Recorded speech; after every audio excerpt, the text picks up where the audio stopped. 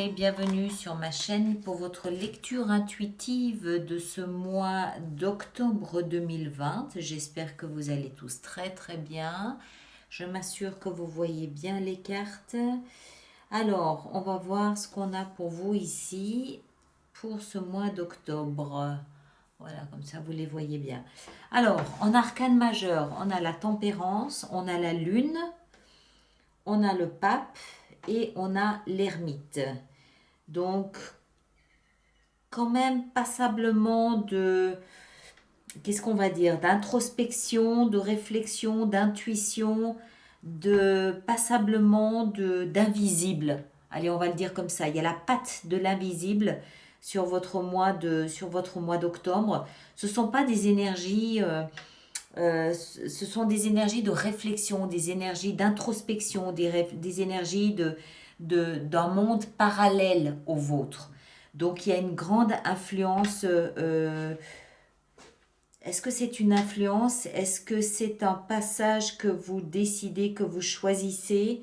Euh, on dirait que ça fait partie de votre parcours quand même. On va voir, on va rentrer dedans, on va essayer de comprendre un petit peu mieux tout ça. L'énergie qui vous accompagne durant ce mois d'octobre, c'est néanmoins le chariot. Un peu, à mon avis, à l'opposé de ces arcanes majeures que vous avez ici. Bâton, denier, denier, coupe, denier, coupe. Il n'y a pas d'épée, donc il n'y a pas de réflexion, il n'y a pas de mental. Ce mois-ci, c'est plus au niveau du ressenti, au niveau j'ai envie de dire, de l'énergie brute, de l'énergie presque animale, tellement c'est introspectif, tellement ça se passe à l'intérieur de vous. Et néanmoins, le chariot vous accompagne durant ce mois d'octobre. Le chariot qui, lui, est une énergie beaucoup plus tournée vers l'action, c'est la vitesse, c'est le mouvement, c'est aussi choisir, déterminer sa cible hein, en termes de destination. Le chariot est tout le temps en mouvement en fait. Du coup, il est en mouvement à partir du moment où à l'intérieur de vous, tout est apaisé, tout est tourné vers la même direction. Il faut pour cela être en harmonie à l'intérieur de soi. C'est peut-être ce que vous êtes en train de préparer ici.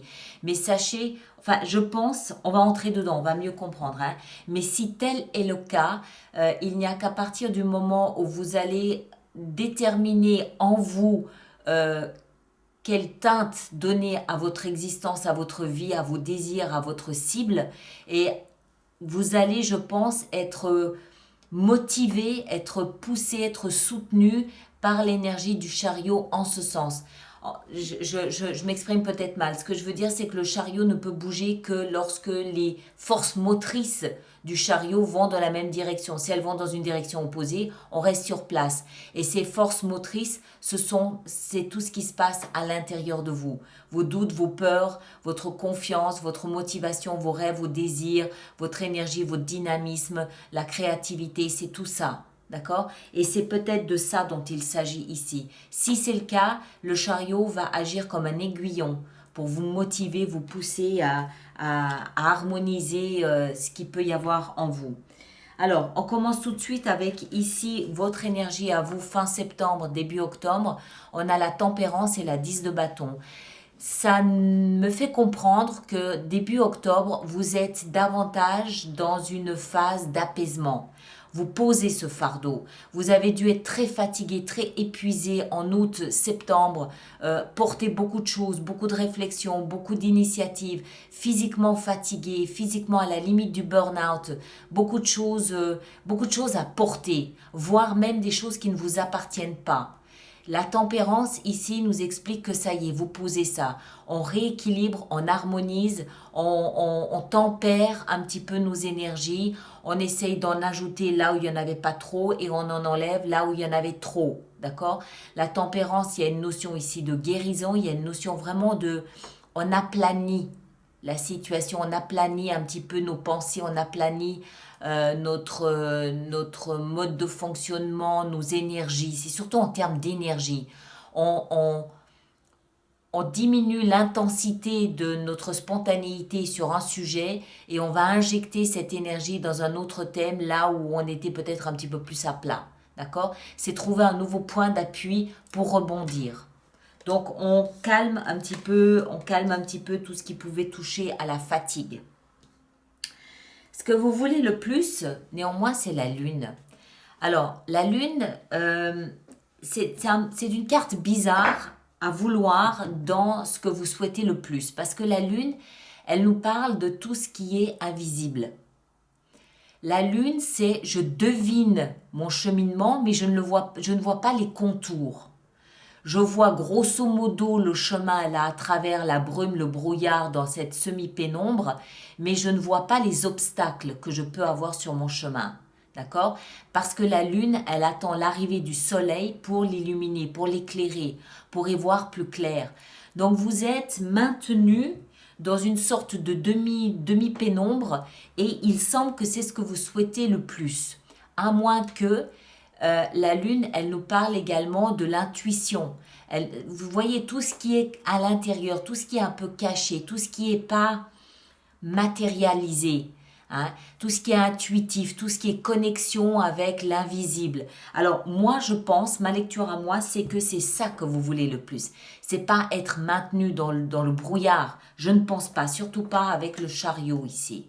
Ce que je pense, c'est que vous souhaitez, vous essayez, tant bien que mal, de vous connecter un maximum à votre intuition. Parce que vous devez sentir que vous avez probablement un peu de pouvoir en vous. Hein. La tempérance me le fait comprendre. Vous avez un peu de pouvoir en vous pour décider du chemin que vous voulez prendre. Ça, c'est un aiguillon pour vous. Le chemin que vous voulez prendre, même une fois que vous l'avez déterminé, ce chemin que vous voulez prendre, il faut accumuler de l'énergie, de la force. D'accord? Et cette énergie, cette force, vous pouvez la trouver dans l'intuition. Si vous sentez qu'il y a quelque chose qui vous guide dans cette direction. Donc, c'est la position ici de ce que vous souhaitez le plus. Ce qui va vous aider, c'est de réunir, de rassembler toutes vos forces, tous vos moyens, toute votre énergie, tout ce que vous considérez être un carburant que vous pouvez brûler, que vous pouvez consommer pour arriver là où vous voulez aller. C'est-à-dire, dans un premier temps, tout ce qui vous valorise. Qui suis-je? Qu'est-ce que j'ai réussi? Quelles sont mes victoires? Qu'est-ce que j'ai fait dans ma vie dont je peux me prévaloir? D'accord? Déjà, d'une part. Ensuite, aussi, quels sont vos moyens financiers. Vous êtes certainement à une position ici aujourd'hui, d'autant plus que c'est au cœur de votre lecture, à une position où vous êtes certainement fier de ce que vous avez conquis, de ce que vous avez accumulé, de ce que vous avez réalisé, aussi bien sur le plan matériel que sur le plan intellectuel ou sur le plan de votre carrière professionnelle. Vous êtes très certainement seul et célibataire, hein, ou, je ne dois pas le dire comme ça, pardon. Vous êtes certainement conscient que la position que vous occupez aujourd'hui, vous ne la devez qu'à vous seul. C'est plutôt comme ça que je dois le dire. Vous pouvez très bien être en couple et néanmoins être conscient que le parcours que vous avez réalisé, vous ne le devez qu'à votre propre force, votre propre courage à vous. Tout ça, ça contribue à accumuler de l'énergie pour pouvoir remettre en route votre véhicule de vie. Hein? Tout ça contribue à aplanir ce qui se passe en vous. On a deux cartes ici, deux énergies qui nous parlent d'équilibre intérieur. D'accord? Alors, donc, pas faire le point, mais ce qui va vous aider, c'est être conscient de tout ce dont vous pouvez vous prévaloir, sur tous les plans, dans tous les domaines. D'accord? Aidez-vous de votre intuition pour ça. Le défi, votre défi, va être la reine de denier. Alors, il peut s'agir d'un personnage, oui, un personnage qui serait plutôt, on va dire, dans le principe féminin est mis en avant, hein, que ce soit un homme ou une femme. Le principe féminin est peut-être un petit peu exacerbé ici, et ce principe féminin se traduit par une surprotection, se traduit par peut-être quelqu'un, pas d'autoritaire, c'est pas ça, mais quelqu'un qui est peut-être un petit peu rigide, qui est peut-être un petit peu comment est-ce que je dois dire ça, qui partitionne tout. Hein. La vie, la santé, le matin, le midi, le soir, ce qu'il faut pas, ce qui est bon, ce qui est pas bon. Enfin, quelqu'un qui est un peu où il n'y a pas de demi-mesure, c'est blanc ou noir. Donc, il peut s'agir d'un personnage comme ça, qui pourrait être d'un signe de terre aussi, hein, taureau, vierge ou capricorne, mais pas nécessairement. Ça peut aussi être votre énergie ou une partie de vous est peut-être un peu trop rigide comme ça, à tout partitionner, à tout labelliser. C'est bon, c'est pas bon, c'est bien, c'est pas bien, c'est gris, c'est noir. Voilà, vous comprenez ce que je veux dire. Peut-être un petit peu trop protectionniste, un petit peu trop territorialiste, ou territorial, vous me direz, territorialiste, je pense. Quelqu'un qui est trop à se protéger, à se cloîtrer, à s'isoler. Enfin, s'isoler, c'est pas forcément le bon terme, mais quelqu'un qui va prendre trop, qui risque d'être étouffant. Voilà. Donc ça peut être vous, hein, si c'est pas quelqu'un autour de vous, ça peut être vous avec certains aspects de vous-même. Vous pouvez vous rendre compte qu'en fait vous vous étouffez vous-même. Vous pouvez vous rendre compte que là où vous avez peut-être besoin de respirer, au contraire vous vous étouffez. Tout ça fortement lié à cette intuition, fortement lié à toute une vie intérieure que vous êtes peut-être en train de laisser s'exprimer aujourd'hui. Hein, mais que vos vieux principes de protection font que oui, mais pas trop, c'est le mental qui prend le dessus, je sais pas trop. Ici, encore une fois, on n'a pas de mental, donc c'est vraiment l'occasion ou jamais de laisser s'exprimer tous vos sens, tout ce qui est primaire en vous. On continue. Dans votre vie sentimentale, on a 8 de coupe. Vous quittez quelque chose qui émotionnellement ne vous intéresse plus. Alors ça peut être un couple, ça peut être un foyer, ça peut être des amis, ça peut être un groupe, ça peut être une communauté, ça peut être... Voilà. Émotionnellement, vous vous rendez compte que vous êtes en droit de demander plus que ce que vous aviez et vous partez à la recherche de la 9e coupe, votre Saint Graal à vous. C'est votre Graal à vous que vous partez chercher ici avec ça. Donc vous tournez les talons à une situation émotionnelle qui, si à un moment donné était intéressante, elle ne l'est plus aujourd'hui. D'accord? Ça ne veut pas forcément dire qu'il y a une rupture. Et vous pouvez très bien rester avec la même personne avec qui vous êtes depuis 20 ans, mais entraîner l'autre vers l'étape supérieure sur le plan émotionnel. Ou compléter ce que vous êtes en train de vivre en allant chercher le petit piment ailleurs. Dans votre vie professionnelle et financière, on a 6 de denier. Il y a ici une notion d'équilibre et d'échange. Vous donnez et vous recevez. D'accord? Vous n'avez pas cette sensation de donner plus que ce que vous recevez ou de recevoir moins que ce que vous donnez. Vous êtes probablement un bon négociateur. Vous êtes probablement dans un positionnement qui vous fait comprendre que vous êtes payé à votre juste valeur. Si ça n'est pas le cas, vous n'hésitez pas à aller rééquilibrer tout ça. Mais cette carte, elle nous montre ici un bel équilibre entre votre valeur, la notion de valeur que vous avez de vous, de vos compétences, de vos capacités et que vous êtes parfaitement à même de les monnayer. Si vous ne travaillez pas, ça nous indique que vous avez des comptes qui sont parfaitement équilibrés, que vous savez le prix des choses, vous savez négocier le prix des choses, que vous savez quand dépenser, quand vous arrêtez, que voilà, il y a un parfait équilibre dans tout ce que vous valorisez. Alors, là où ça devient intéressant, c'est dans votre vie spirituelle. Dans votre vie spirituelle, vous avez le pape. Alors, le pape n'est rien d'autre que le symbole de la religion. Alors, l'avoir dans alors, pour moi, cette position ici de la vie spirituelle, ça veut dire quoi? C'est pas la vie religieuse. La vie spirituelle, pour moi, c'est toute cette introspection, c'est tout cet aspect existentiel de la vie, que ces questions que tout le monde se pose sur sa vie, sur l'existence, sur où est-ce que je vais, pourquoi, qu'est-ce que c'est que la vie, qu'est-ce qu'il y a après la vie, la mort, etc. D'accord? Ça peut inclure la religion, bien sûr, mais ça n'est pas une nécessité.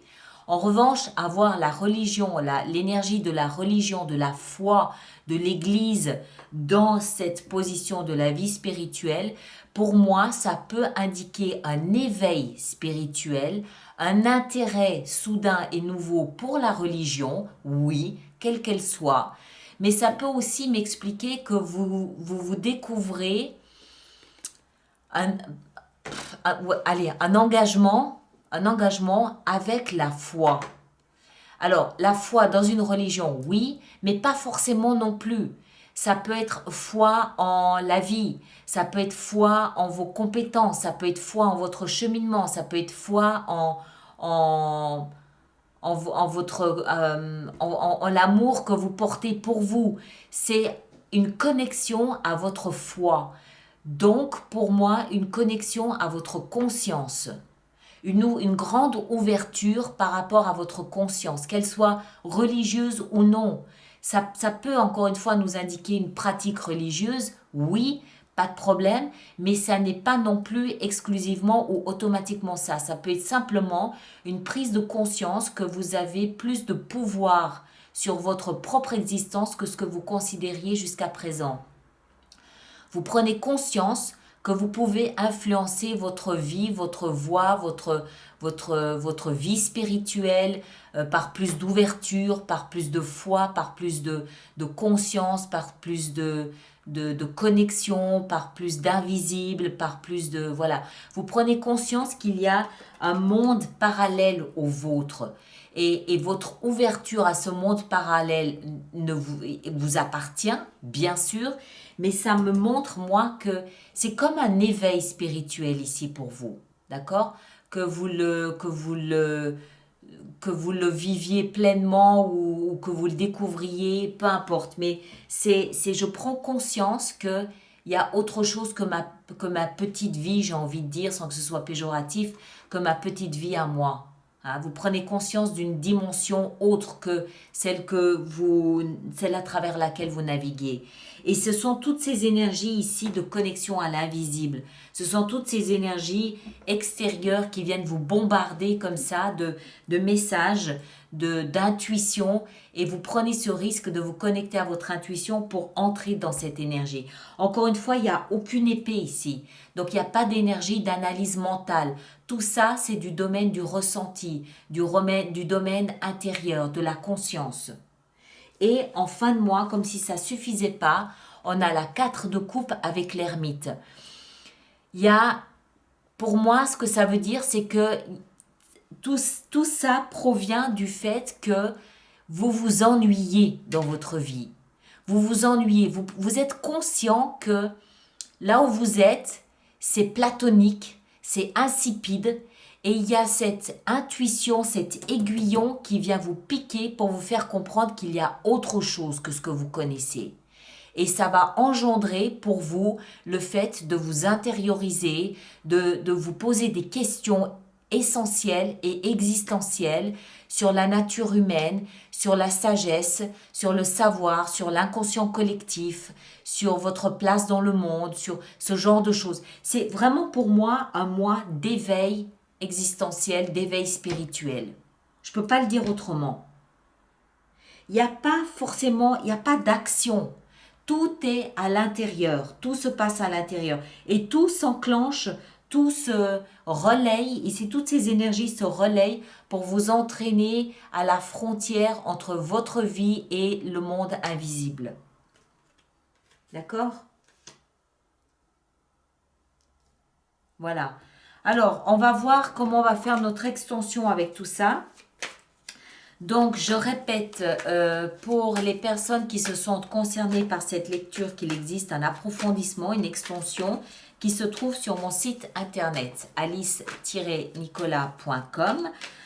Vous allez dans mes vidéos ou les extensions du mois, les activités du mois et vous aurez accès à cette extension. Et puis pour les personnes qui vont régulièrement se procurer des extensions de lecture mensuelles, sachez que j'ai mis en place un programme d'abonnement. Eh ouais. J'ai mis en place un programme d'abonnement aux extensions qui est économiquement plus intéressant pour vous, a fortiori si vous y allez régulièrement. Toutes les informations concernant les abonnements se trouvent dans la rubrique abonnement, toujours sur mon site internet. Le lien est dans la boîte de dialogue ci-dessous, hein, d'accord? Et puis pour finir, je vous rappelle aussi que je peux décider durant l'extension de rajouter des cartes si j'estime que c'est nécessaire. 9 de bâton, ici. Alors, la lune, qu'est-ce qu'on a avec la lune? La lune, dans ce que vous souhaitez le plus. La lune, on a le jugement, bah ouais. Ce mois d'octobre sonne le glas d'une fin d'un cycle important pour vous. Vous avez 2 fois 10 ici. Et le jugement, c'est 2 fois 10 aussi et nous parle d'une renaissance. 9 de denier, qu'est-ce qu'on a avec cette 9 de denier? Ici, au cœur de votre lecture, on a la 6 de coupe. Dans le challenge, la reine de denier, qu'est-ce qu'on a pour vous? On a, eh ben oui, 10 de coupe. C'est le défi, c'est votre bonheur le défi. 3 fois 10, hein. Dans votre vie sentimentale avec la 8 de coupe, qu'est-ce qu'on a? On a le chevalier d'épée, ok. 6 de denier dans votre vie professionnelle et financière, on a le roi de coupe, très bien. Dans votre vie spirituelle, qu'est-ce qu'on a avec le pape? On a la justice, waouh, waouh. Et en fin de mois, 4 de coupe et l'ermite, qu'est-ce qu'on a? On a la 4 d'épée. Très bien mes chers, voilà, je m'arrête ici et 6 de bâton, la réussite. Je m'arrête ici et je vous retrouve pour l'extension pour ceux qui me rejoignent. Les autres, merci de partager, de liker, de laisser vos commentaires et de vous abonner si ça n'est pas déjà fait. Et je vous retrouve au courant du mois d'octobre pour d'autres lectures, d'accord? Je ne sais pas encore lesquelles, on verra, mais je vous ferai une autre lecture en octobre, c'est certain. Merci à vous tous et puis à très très bientôt. Passez un excellent mois d'octobre. À bientôt.